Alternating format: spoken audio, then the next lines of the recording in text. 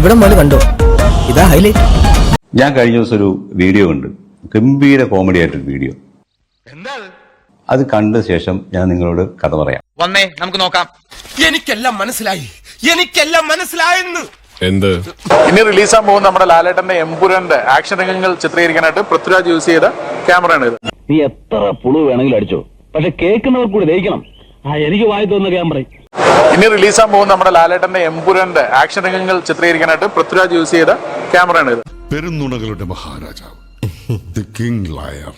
പണിയെടുത്ത് തിന്നണമെന്നൊക്കെ ആഗ്രഹമുണ്ട് സാറേ, പക്ഷെ പറഞ്ഞു പറ്റിച്ച് തിന്നാലേ വായിന്നിറങ്ങുള്ളൂ. ശീലായിപ്പോയി, മാറ്റിക്കോളാം. മാറ്റണ്ട.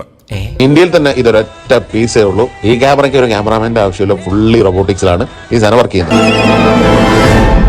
എന്തോന്നു? അതെന്നാ വർത്താനം പറഞ്ഞു വെച്ചു പോയേ?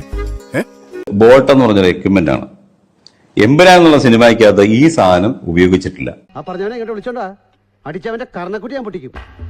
എമ്പുരാൻ എന്നുള്ള സിനിമയ്ക്കകത്ത് ഈ സാധനം ഉപയോഗിച്ചിട്ടില്ല. പറ്റിക്കാൻ വേണ്ടി പറയണല്ലോ സാറേ, പക്ഷെ പറ്റിക്കാൻ വേണ്ടിയിട്ടാണെങ്കിലും ആരോട് ഇങ്ങനെയൊന്നും പറയണമെന്ന് പറയണം സാർ. അതിന്റെ ഡയറക്ടർ എന്ന് പറഞ്ഞാൽ പൃഥ്വിരാജാണ്. അയാൾ ക്യാമറമാൻ അല്ല, ഒരു അഭിനേതാവാണ്, ഒരു സംവിധായകനാണ്. ഒരൊറ്റ നിമിഷം എന്റെ മുഖം ഓർത്തോടായിരുന്നു. വായിൽ നല്ല നോണയൊന്നും വന്നില്ലടാ. ഇതിന്റെ ക്യാമറമാൻ സുജിത് വാസുദേവ് എന്നൊരാളാണ്. അതുകൊണ്ട് നീ ആലോചിച്ചൊക്കെ കാര്യങ്ങൾ പറയണം. തളരരുത് രാമൻകുട്ടി, തളരരുത്. കലാകാരനല്ലാത്തവരെ സമൂഹം അംഗീകരിക്കില്ല. നീ സമാധാനിക്ക്. പൃഥ്വിരാജിനെ എല്ലാവർക്കും ഇഷ്ടമാണ്, അദ്ദേഹം നല്ല നടനാണ്, നിങ്ങൾക്കും ഇഷ്ടമാണ്, എനിക്കും ഇഷ്ടം. അതുകൊണ്ട് നീ ആലോചിച്ചൊക്കെ കാര്യങ്ങൾ പറയണം. നീ വിഷമിക്കാണ്ടി. എനിക്കെന്ത് വിഷമം? എനിക്കൊരു വിഷമമില്ല, എനിക്കൊരു വിഷമമില്ല. ഇനി നിന്റെ അറിവിലേക്ക് പറയുകയാണെങ്കിൽ മോക്കോ ബോട്ട് എന്ന എക്യുപ്മെന്റ് ആണ് എമ്പുരാനിൽ ഉപയോഗിച്ചിരിക്കുന്നത്. പറ്റിപ്പോയി സാർ, ഇത് കള്ളുഷാപ്പിലെ വീഡിയോ പറയുന്ന പോലല്ല.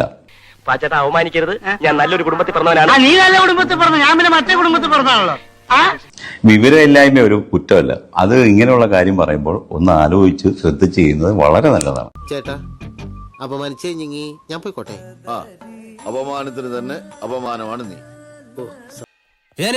ഞാൻ പോകുന്നു. Bye bye.